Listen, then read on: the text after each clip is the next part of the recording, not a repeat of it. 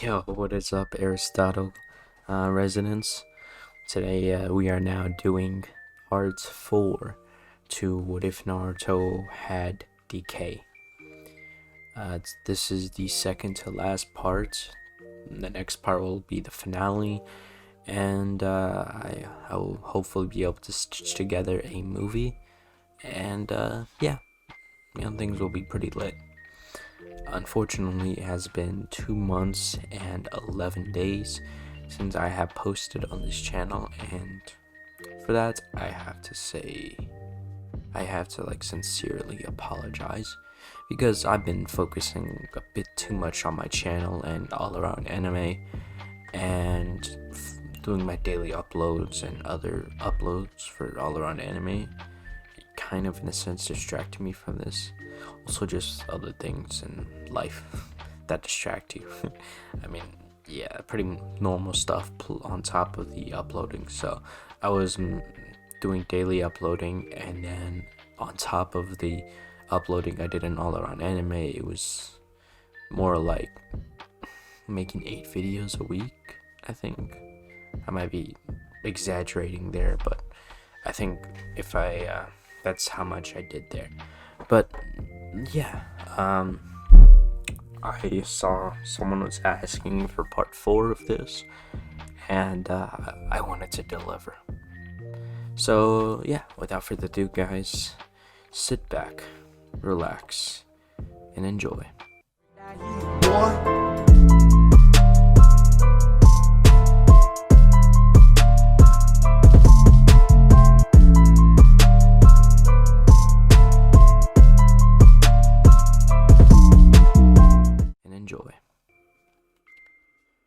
So we start this, or resume this what if, to the finale of the tuning exams.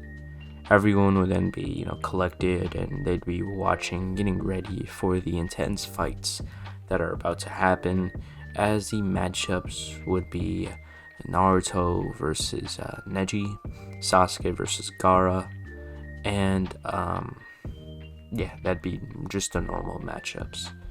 So let's get into it. So when it comes to Naruto versus Gaara, he'd be way stronger. And now that Naruto doesn't technically have chakra, his chakra points can't really be shut down by Neji's technique, and pretty much Neji's Durinag won't really work on Naruto. I'm not Durin. Pretty much the palm rotation, it's a form of durability negation.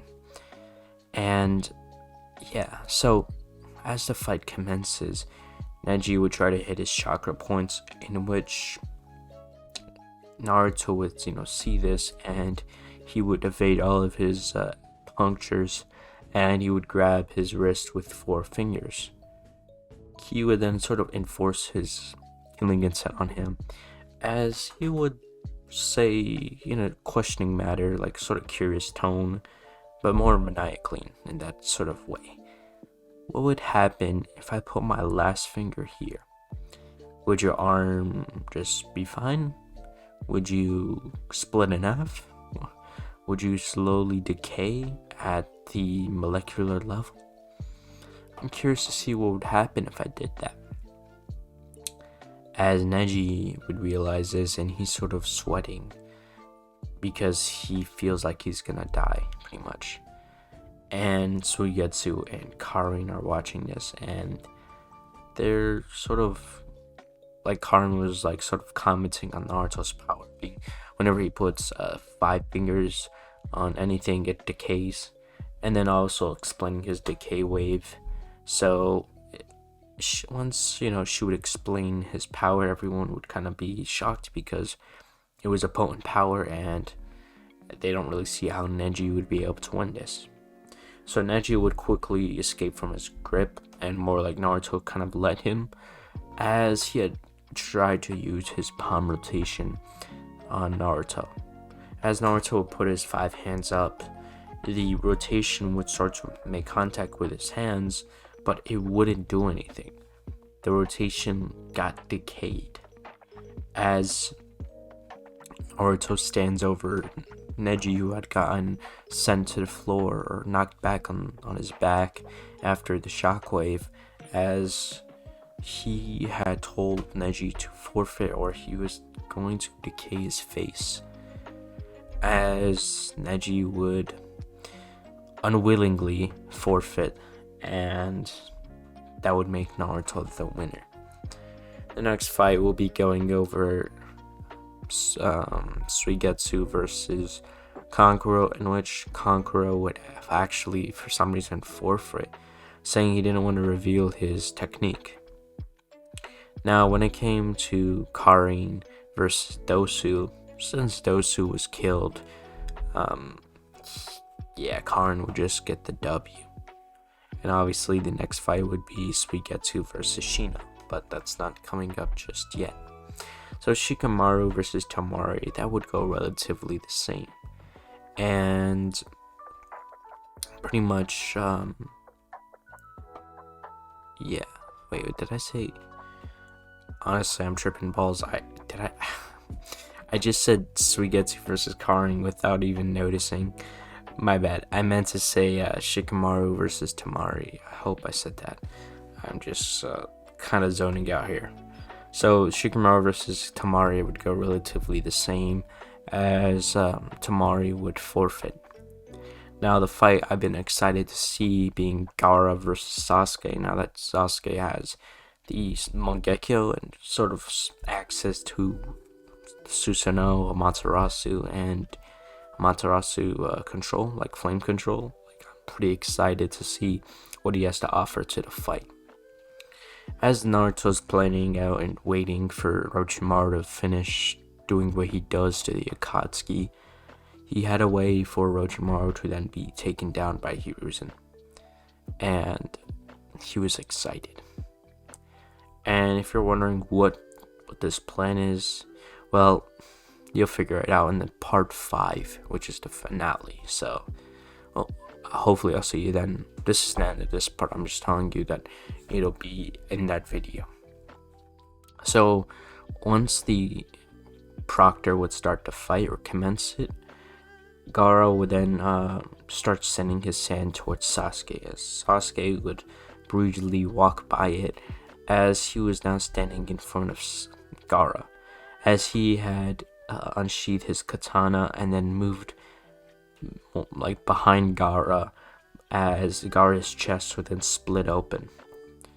As his chest would split open, a black flame would encompass the wound, as pretty much adding salt to the wound, as he would do more damage to Gaara as his chest was burning up, as Sasuke would then let up on the flames, as Gaara would see his chest, right, as it pierced through his sand armor and his sand skin, which is pretty much his defenses, and there was a huge burn on his chest with a slash, as he could see the blood dripping out, as there was pretty much steam coming out of his chest, as his mind, his eyes would start to roll to the back of his head, as his arms and legs and everything would transform into that of Shukaku. Not even going into the partial transformation, he had fully transformed from that one attack. And Sasuke seemed just calm. I mean, he was expecting this, as he had raised his katana towards Gaara, pretty much showing a sort of stance of challenge, right? Challenging him.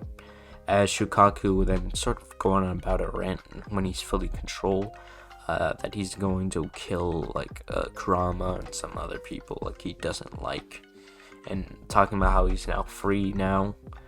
As Sasuke would then form his Susanoo. He couldn't do this for long, but it needs to be done.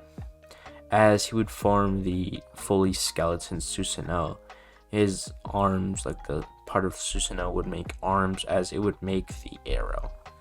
As his eyes were burning from the pain, his Susanoo would make the bow and arrow, as it would shoot it right at Shukaku. Shukaku, seeing this coming towards him, would start to open his mouth, charging up a tailed beast bomb, as it would start to charge and form into Tail Beast Bomb. He would then shoot it towards Sasuke, encompassing it in sand, as the two attacks would clash. Now, as they're attacking, as the two attacks are clashing, they would then fully disappear before there would be a sort of zone of just destruction that would appear. As about maybe the radius would be the whole stadium and maybe 100 meters in every direction, right?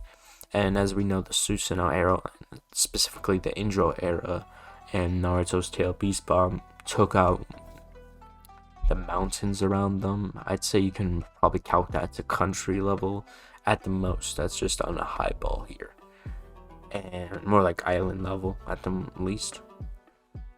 And this is Sasuke was a little bit weaker doing that, so I don't see why it wouldn't just at least take out the stadium and some of the area around. So after the attack, Gaara would then be on the floor as Sasuke would then be in front of him. Now Gaara would look up and he would expect Sasuke to just pierce him through the skull or something like that and get it over with. But Sasuke had once seemed like he was going to stab him, but he had stabbed right into the ground, and he had looked up into the air, seeing and feeling his victory. As Naruto was watching this, impressed with his development, he would give him a slow clap as a reward, I guess you can say. And after the battle, we now switch over to Hyuujin and Orochimaru, as their fight goes relatively the same. Hyuujin would manage to seal Orochimaru's arms and legs, taking away 40% of his soul, which is actually really helpful for Naruto for a certain reason, which I'll not be going on to explain until the next part. So after Orochimaru is retreats after the attack, Naruto and Sasuke and everyone else would be covering from the invasion, in which the Mist Village would offer them resources from what they have, and Naruto would do the same. I mean, he is technically the head of the clan when it comes to the Uzumaki remains, so he would definitely be able to have a decent amount of resources. But this comes at a downside. Due to him giving them these resources, he's using this as a way to leverage the council to make him the next Tamayo, even the next ruler of all of the Land of Fire, or he was going to take away these resources and invade the already weakened nation. The elders, feeling pushed back by this, would in the end concede to Naruto's will, as Naruto would take over the Land of Fire with little to no resistance, as most of the civilians had seen him just becoming Hokage, which was semi-true, but not at the same time. And the civilian council, the normal council, the ninja council, had stayed the same, as they continued to do the roles as nothing has happened. So the whole search for Tsunade thing wouldn't be because they need a new Hokage, but because they need a new doctor, as she is an expert at medical ninjutsu, hopefully, yeah, that's right. So pretty much Naruto and Sasuke would head out in that area, as once they would reach in that direction, they would obviously not really stop in the hotel like usual, because, well, they're not Jiraiya. So the only reason Jiraiya had stopped there, one is because he needed research, and two is because they kind of been walking for a while. But Naruto and Sasuke, now being older by a few years and sort of developing more of their abilities, would have an increased stamina. So they would make it to the not ruined land, but the small village, as once they had reached that area, they would start to discuss with Tsunade and Shizune, sort of negotiating, as Naruto had offered to pay off her debts and even pay her directly, paying her salary pretty much. He was gonna be paying her in what our currency is about $500,000 a month, and she would just work there for as long as possible as the sort of head director or director of the hospital. So she would ultimately accept this because she wasn't being offered to be Hokage or anything, so there wouldn't be any personal feelings there. She's a doctor and she likes to save people. Okay, that's just something that's undoubtedly true. So after Naruto, Sasuke, and Tsunade headed back to the village, everyone else would see Naruto as a liberator, because now he is sort of helping their village. And that would happen over the course of 3 years. During these 3 years, many economical changes and just social changes would happen, as Naruto is now the leader, right? There wouldn't be sort of that social hierarchy between civilians and ninja, and there would actually be a decent chance for civilians to live a peaceful life while also making a decent amount of money. So yeah, that's pretty much it so far. But that's gonna be it for part 4 of What If Naruto Had Decay. Next part will be the finale, and then we'll be going to the next series, and hopefully that'll be good.